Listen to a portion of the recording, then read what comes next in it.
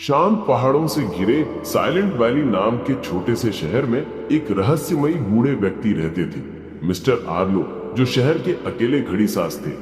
कोई नहीं जानता था वो कहां से आए थे।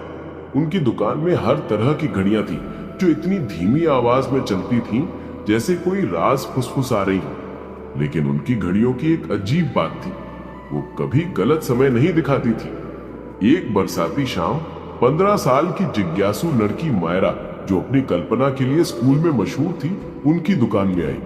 उसे स्कूल प्रोजेक्ट के लिए एक साधारण कलाई घड़ी चाहिए थी। इधर उधर देखते हुए उसकी नजर एक पुराने सुनहरे पॉकेट वॉच पर पड़ी। वह कांच के केस में बंद था और दुकान की बाकी घड़ियों की तरह टिक टिक नहीं कर रहा था। मायरा ने पूछा, उस घड़ी में क्या खास है?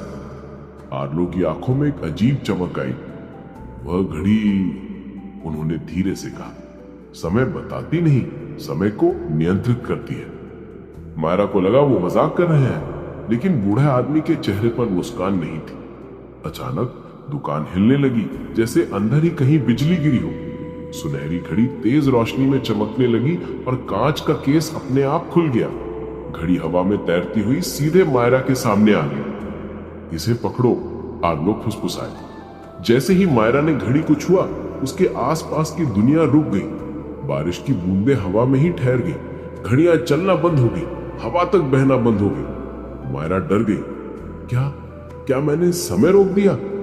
हाँ, आर्लो ने शांत आवाज में कहा, यह घड़ी सिर्फ उसी के हाथ में काम करती है जिसका दिल साफ हो। फिर उन्होंने बताया कि वो एक साधारण घड़ी साज नहीं है, वे टाइम कीपर है, समय के रक्षक, जो दुनिया के समय रेखा की रक्षा करते हैं। लेकिन अब वे बूढ़े हो चुके थे और किसी नए संरक्षक की तलाश में थे। लेकिन एक बड़ी मुसीबत थी। एक अंधेरा जीव, जिसे टाइम ईटर कहा जाता था, सदियों की नींद से जाग चुका था। वह चुराए हुए पलों पर जीता था और यादों को हमेशा के लिए मिटा देता था। अगर वो सुनहरी घड़ी तक पहुंच जाता तो दुनिया अपना अतीत और भविष्य दोनों खो देती। मायरा थोड़ी डरी, लेकिन उसके अंदर एक अलग ही हिम्मत जागी। मुझे क्या करना होगा? उसने पूछा। आर्लो ने उसे चांदी का एक छोटा सा गियर दिया। यह है गियर ऑफ मेमोरी। जब तुम टाइम ईटर का सामना करो, इसे सुनहरी घड़ी में लगा देना। यह उसके खाए हुए सारे पल वापस ले आएगा। पल भर में मायरा खुद को एक विशाल अंधेरे खालीपन में पाई। उसके आसपास समय के टूटे फूटे टुकड़े हवा में तैर रहे थे। तभी एक डरावनी छाया, जिसकी आंखें नीली चमक रही थी, टाइम ईटर, उसके सामने आ गया। वह दहाड़ा और उसकी ओर झपटा। मायरा के हाथ कांप रहे थे, लेकिन उसे आर्लो की बात याद आई। उसने चांदी वाला गियर घड़ी में लगा दिया। घड़ी से एक तेज रोशनी निकली।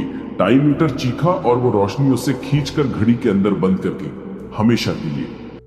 इसी के साथ ये कहानी यहीं समाप्त होती है। अगर आपको अच्छी लगी हो तो लाइक, शेयर, सब्सक्राइब जरूर करें। धन्यवाद।